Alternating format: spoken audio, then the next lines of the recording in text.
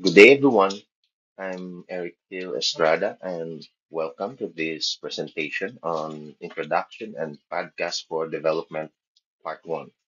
This is the first segment of Module 18, where we explore how new media tools can play powerful roles in development communication.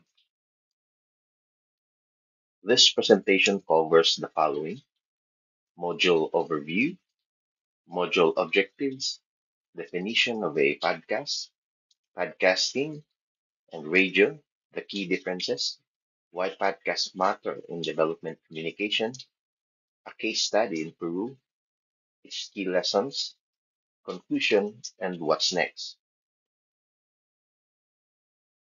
Module 18 focuses on the use of modern communication platforms in development work.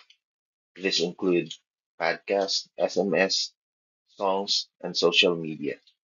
The purpose of this module is to help us recognize how these tools can increase the reach and impact of development communication initiatives. Through this module, we will explore how each tool can be adapted to specific contents and audiences. The key objectives of the module are as follows.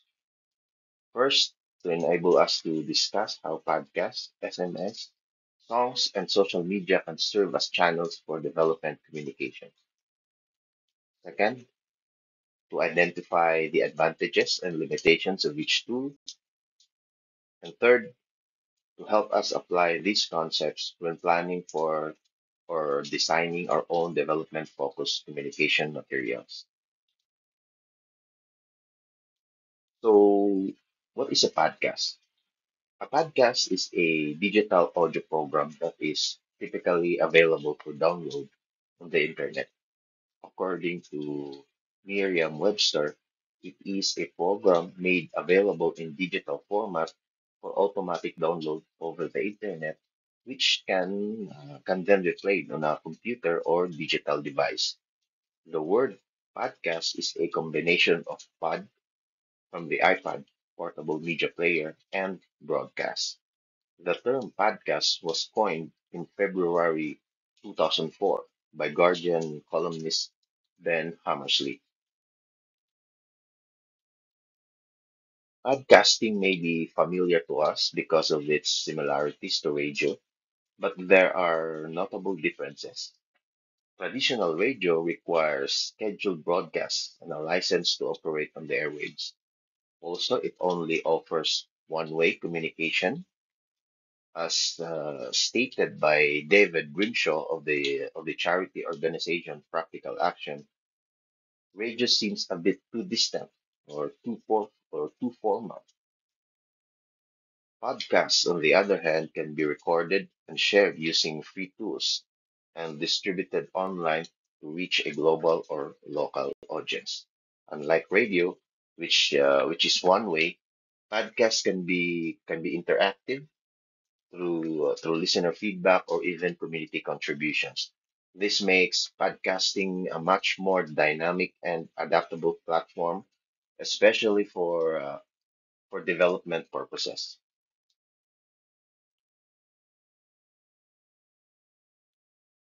Podcasts offers several benefits in the context of development communication. First, they amplify marginalized voices and promote participation. It provides a voice to people who might be excluded from traditional media platforms. According to journalist Gareth Mitchell, people find podcasts liberating because they offer control and convenience for the listener. Second, they are ideal for areas which low in literacy because they use spoken language. Third, they are low cost to produce using basic recording equipment and free software.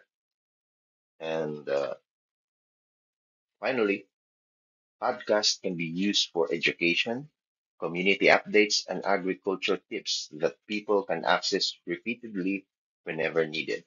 These features make them perfect for communities that rely on oral and practical forms of learning. One example of podcasting for development is the project initiated by the organization Practical Action in the region of Caja- Cajamarca in northern Peru. The region of Cajamarca is a rural area where most people are engaged in agriculture. The project involved collecting information from experts about topics that locals identified as cattle raising and crop management.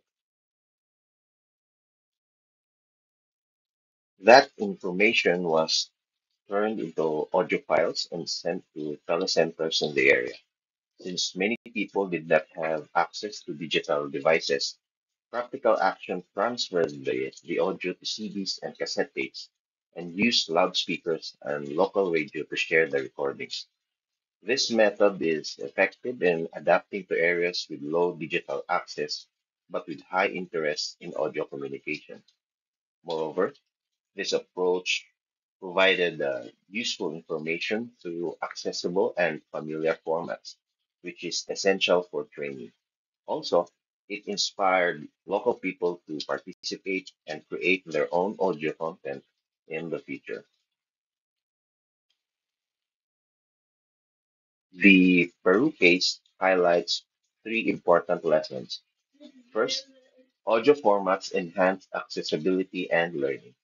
It can be broadcast, shared through speakers, or stored on simple devices such as CDs. Second, when people identify their own needs, the content becomes more relevant and useful. Third, by teaching communities how to create their own audio materials, development workers can encourage greater participation and empower local voices. These lessons show how flexible and powerful podcasts can be when adapted to local situations. In conclusion, podcasts serve as a scalable, flexible, and low-cost medium that holds great promise for reaching rural and marginalized communities, making them an effective and inclusive platform for sharing knowledge and inspiring change. As technology continues to evolve, podcasts stand out as a valuable tool for development communicators to connect, educate, and empower audiences in meaningful ways. In the next segments, we'll continue the topic podcast for development, part two, then explore how SMS, social media, and music work in development communication. That ends my presentation. Thank you, and I look forward to your insights and questions.